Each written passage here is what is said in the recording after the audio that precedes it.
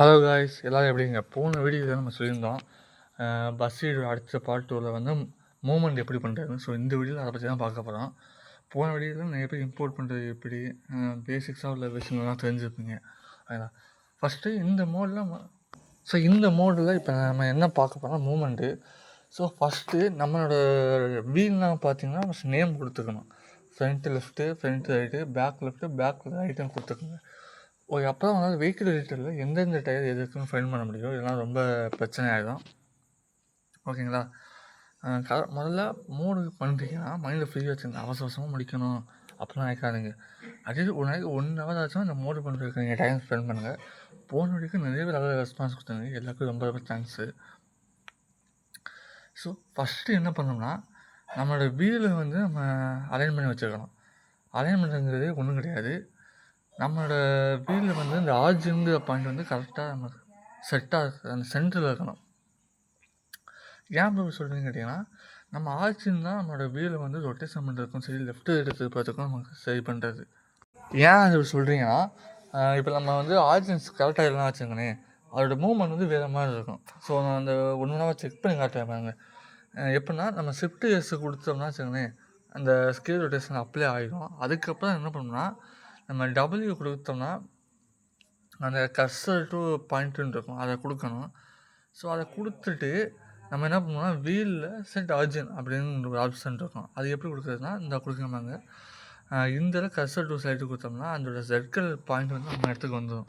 Cursor நம்மளோட வீலுக்கு நேராக வந்ததுக்கப்புறம் டபிள்யூ கொடுத்தீங்கன்னா, கீபோர்டு டபிள்யூ அமுக்குனீங்கன்னா அந்த செட் ஆர்ஜின் அப்படின்னு கேட்கும். அந்த ஸ்கேல் ரொட்டேஷனில் 3 செட் ஆர்ஜின் இருக்கும். அதை கொடுத்துட்டிங்கன்னா உங்கள் வீல் கரெக்டாக வந்துடும்.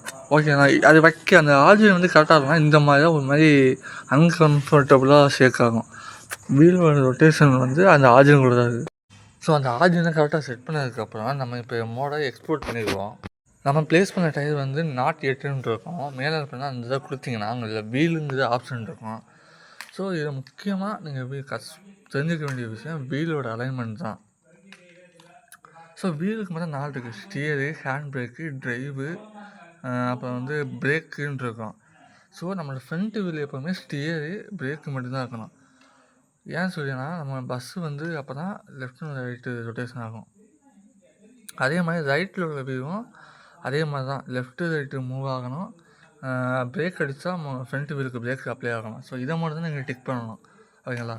ஸோ நீங்கள் ஏன் வந்து பின் டயர் வைக்கக்கூடாது? ஒரு சில வால்வோ பஸ்லாம் பார்த்தீங்கன்னா பின்னாடி டயரில் உங்களுக்கு ஸ்டியரோட கனெக்ட் பண்ணியிருப்பாங்க. ஸோ அப்படி இருக்கிற மோடு எக்ஸ்ட்ரா உள்ள மோடு இருக்குது. ஒரு ட்ரக்கு மோட் பண்ணிட்டீங்கன்னா அதில் எக்ஸ்ட்ரா ஒரு 16 வீல் லாரி பண்ணிட்டீங்கன்னா, அப்போ நீங்கள் என்ன பண்ணலாம்னா பின்னாடி உள்ள வீலுக்கு வந்து அந்த ஸ்டியர் கனெக்ஷன் கொடுக்கணும். ஸோ அப்போதைக்கு நீங்கள் என்ன பண்ணலாம்னா பேக் டயருக்கு இங்கே ஸ்டியர் கொடுத்துக்கலாம். ஓகேங்களா? ஸோ ஃப்ரண்ட் வீல் எப்போவுமே உங்களுக்கு வந்து ஸ்டியரும் பிரேக் பண்ணிட்டாங்கலாம். ஸோ 2 ரேடியஸுங்கிறது வீல் கொலைடர். நம்ம வந்து பஸ்ஸுக்கு வந்து பார்த்திங்கன்னா பாக்ஸ் கொலைடர் வச்ச பார்த்தீங்கன்னா, இந்த பஸ்ஸுக்கு வந்து பாக்ஸு கொலைடருங்கிற விஷயம். ஸோ அதேமாதிரி வீலுக்கும் கொலைடர் இருக்கணும். அப்போ அந்த கொலைடர் இருந்தால் தான் நம்மளோட வீல் வந்து டயரில் படும். ஸோ டயரை சுற்றி ஒயிட் கலர் ஆர்க்கு மாதிரி வருவாங்க, அதுதான் வீல் ரேடியஸுங்கிறது. ஸோ அந்த ரேடியஸ் ஆப்ஷனில் நீங்கள் ஸ்க்ரோல் பண்ணிங்கன்னா உங்களுக்கு வந்து டயருக்கு ஈக்குவலாக நீங்கள் வச்சா மட்டும்தான் உங்களால் அந்த டயர் வந்து தரையில் படும். ஸோ அது கூட இருந்துச்சுன்னா உங்களுக்கு வந்து டயர் வந்து வானத்தில் மிதக்கும். அது கம்மியாக இருந்துச்சுன்னா தரைக்கு உள்ளே போயிடும். ஸோ கரெக்டாக அளவுக்கு வச்சுருந்தீங்க மட்டும்தான் உங்களுக்கு வந்து ட்ரைவ் ஆகிறதுக்கு யூஸ் ஆகும். ஸோ அடுத்து பேக் டயரில் வந்து 3 ஆப்ஷன் அப்ளை பண்ணுற மாதிரி இருக்கும். Hand brake, move, drive. So இதை 3 கிளிக் பண்ணணும். அதை 3 டிக் பண்ணி வச்சுக்கோங்க. ஸோ அப்படி பண்ணுறப்ப வண்டி வந்து நமக்கு இந்த மூவ் ஆக்ஷன் கரெக்டாக அமையும். ஸோ ஃபஸ்ட்டு சொல்கிறேன், ஃப்ரண்ட்டில் உள்ள 2 வீலுக்கு வந்து ஸ்டியரும் பிரேக்கும் மட்டும் அப்ளை பண்ணணும். பேக் சைடு உள்ள வீலுக்கு வந்து ஸ்டியரு, ஹேண்ட் பிரேக்கு, ட்ரைவு, பிரேக்கு இதை 3 அப்ளை பண்ணிக்கோங்க. ஸோ அதுக்கடுத்து பார்த்திங்கன்னா, ஸோ ஸ்டியரிங் வைக்கும் போதே அதுக்கான இன்ஜின் ஆப்ஷன் நீங்கள் செட் பண்ணிக்கணும்.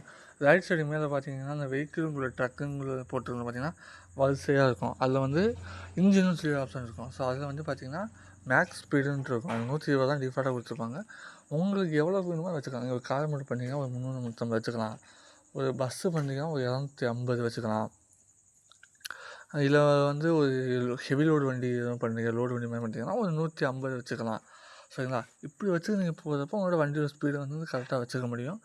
ஸோ அதிலேயே பார்த்தீங்கன்னா வந்து ஆர்பிஎம் ஸ்பீடுன்னு கொடுத்துருப்பாங்க. ஸோ அதையும் நீங்கள் 2000 வச்சுக்கிட்டா தான் பெட்டர். ஏன்னா அப்போ தான் கியர் ஷிஃப்ட் ஆகும்போது அந்த ஆர்பிஎம்மோட அந்த மூவ்மெண்ட் வந்து கரெக்டாக இருக்கும். ஸோ இந்த வீடியோ உங்களுக்கு உண்மையாக பிடிச்சிருக்குன்னு நினைக்கிறேன். அடுத்த வீடியோவில் நம்ம என்ன உங்களுக்குன்னு ஒரு டவுட்ஸ் இருக்கும். ஸோ அதை கம்முங்க, நான் அடுத்த வீடியோ அதை நான் கிளியர் பண்ணுறேன்.